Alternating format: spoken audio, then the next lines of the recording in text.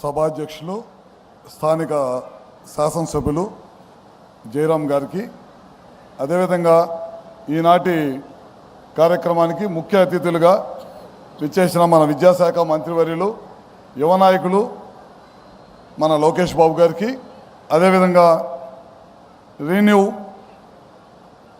సంస్థ సిఎండి గారు సుమంత్ సిన్హా గారికి, అట్లనే మన జిల్లా కలెక్టర్ గారు అయిన వినోద్ కుమార్ గారికి, అదేవిధంగా మెహదా గారికి, అదేవిధంగా మన నెట్ క్యాప్ ఎండి కమలాకర్ బాబు గారికి, ఈ ప్రాంత నలుమూలల నుంచి విచ్చేసిన తెలుగుదేశం పార్టీ నాయకులకి, కార్యకర్తలకి, ప్రజలకి, అధికారులకి అందరూ కూడా ముందుగా పేరు పేరున నా ఉదయపూర్వక నమస్కారాలు.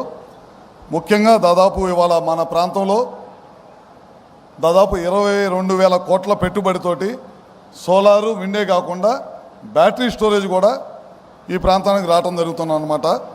అది దావోస్లో మన నారా లోకేష్ గారు ప్రభుత్వం అధికారంలోకి వచ్చిన తర్వాత అక్కడికి వెళ్ళినప్పుడు వీళ్ళతో మాట్లాడి ఎట్టి పరిస్థితుల్లో ఈ ప్రాంతంలోకి ఈ పెట్టుబడిని తీసుకురావాలి, ఇక్కడున్న స్థానికంగా ఉన్న యువతకి ఉద్యోగ కల్పన కావాలి, రైతాంగానికి మంచి కౌలు రావాలనే ఉద్దేశంతో ఈ ప్రాజెక్ట్ ఇక్కడ తీసుకురావడం జరిగింది.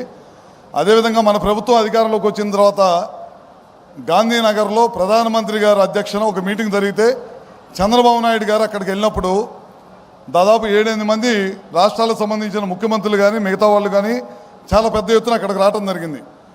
ఒక్క చంద్రబాబు నాయుడు గారే అక్కడ నిలబడి పవర్ పాయింట్ ప్రజెంటేషన్ ఇచ్చిన ముఖ్యమంత్రి ఈ దేశంలో ఎవరైనా ఉన్నారంటే అది చంద్రబాబు నాయుడు గారు అని చెప్పడంలో ఏమాత్రం కూడా సందేహం లేదని చెప్తా ఉన్నాను. ఆ రోజు బిగిన అయిన ఈ ప్రయాణం మీ అందరికీ తెలియంది కాదు.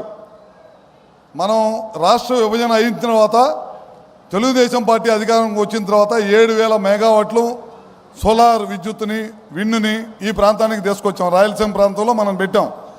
తర్వాత మన ప్రభుత్వం అధికారం కోల్పోయిన తర్వాత ఈ ప్రాంతంలో పుట్టాను, నేను రాయలసీమ వాసిని అని గొప్పగా చెప్పుకునే ముఖ్యమంత్రి ఈ ప్రాంతంలో ఒక్క మెగావాట్ కూడా తీసుకురాలేదంటే అది సిగ్గుపడాల్సిన విషయం అని చెప్పి కూడా చెప్తా ఉన్నాను.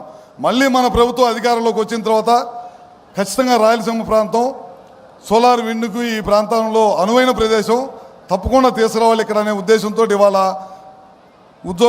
ఉద్యోగం ఇవ్వాలి, ఈ ప్రాంత ప్రజలకు ఉద్యోగాల అవకాశం కల్పించాలి, ఈ ప్రాంతం మంచి ప్రదేశం, చాలా పెద్ద ఎత్తున అవకాశాలు ఉన్నాయి అని చెప్పి ఉద్దేశంతో ఇవాళ ఈ ప్రాంతంలో ఈ ప్రాజెక్ట్ తీసుకురావడం జరిగింది.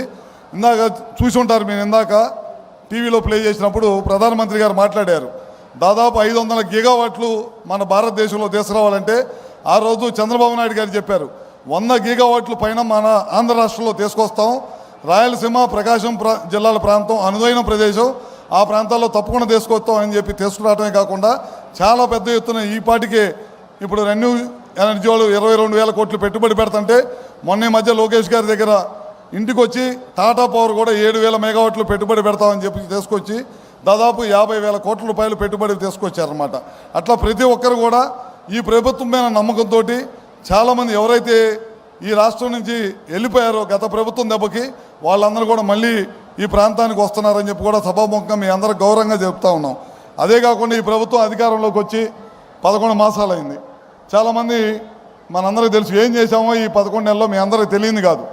దాదాపు పెన్షన్లు ఇస్తున్నాం, దాదాపు 4,000 పెన్షన్లు, 4,000 ఇస్తున్నాం, 6,000 ఇస్తున్నాం, కొంతమంది 15,000 రూపాయలు పెన్షన్ ఇస్తున్నాం, కొంతమంది 10,000 రూపాయలు పెన్షన్ ఇస్తున్నాం. నాకు తెలిసి భారతదేశంలో ఏ రాష్ట్ర ప్రభుత్వం ఇవ్వలేని పెన్షన్స్ ఒక్క ఆంధ్ర రాష్ట్రంలో కూటమి ప్రభుత్వం నారా చంద్రబాబు గారి నాయకత్వంలో మాత్రమే ఇస్తామని చెప్పి కూడా సగౌరవంగా మీ అందరికీ తెలియజేస్తా ఉన్నాం. అదే కాకుండా మనం ఇవాళ ఇండస్ట్రీస్ తీసుకొస్తున్నాం. లోకేష్ గారు ఒకటే పెట్టుకున్నారు, మనం పాదయాత్ర చేసేటప్పుడు చాలామంది యువతులు అందరూ కూడా వచ్చి అన్న మేము చదువుకున్నాం, మాకు ఉద్యోగ అవకాశాలు కావాలి, మేము ఉద్యోగాల కోసం బయట రాష్ట్రాలు పోతుంటే చిన్న చూపు చూస్తున్నారు, మేము పక్కన ఉన్న బెంగళూరు, మెడ్రాసు లేకపోతే హైదరాబాద్ వెళ్ళాల్సి వస్తుంది, మన రాష్ట్రంలో ఉద్యోగ కల్పన తీసుకురావాలని చాలామంది కోరారు. అందుకని రెన్యూబుల్ ఎనర్జీ కానీ అదేవిధంగా ఐటీలో కానీ మొన్న ఈ మధ్య మనం చూస్తూ ఉన్నాం, వైజాగ్లో టాటా వాళ్ళని తీసుకొని రావడం జరిగిందనమాట. అట్లా ప్రతి చాట కూడా ఎవరో ఒకరిని తీసుకొని వచ్చి ఉద్యోగ కల్పన చేయాలనే ఉద్దేశంతో 20 లక్షల ఉద్యోగాలు కల్పన చేయాలనే ఉద్దేశంతో వాళ్ళు ఈ కార్యక్రమాలన్నీ చేస్తున్నాం అని చెప్పి కూడా మీ అందరికీ తెలియజేసుకుంటూ రాబోయే రోజుల్లో కూడా ఏ విశ్వాసంతో ఈ కుటుంబ ప్రభుత్వానికి ఇంత పెద్ద ఎత్తున మెజార్టీ ఇచ్చారో ఆ విశ్వాసాన్ని ఏమాత్రం కూడా సన్నగిల్లకుండా చాలా పెద్ద ఎత్తున పనులన్నీ కూడా చేస్తామని చెప్పి కూడా మరొకసారి సభాముఖంగా తెలియజేసుకుంటూ, ముఖ్యంగా నారా లోకేష్ గారు అధికారం చేపట్టిన తర్వాత నుంచి ఒకటి దృష్టిలో పెట్టుకున్నాను, మనం ఉద్యోగాలు కల్పించాలి.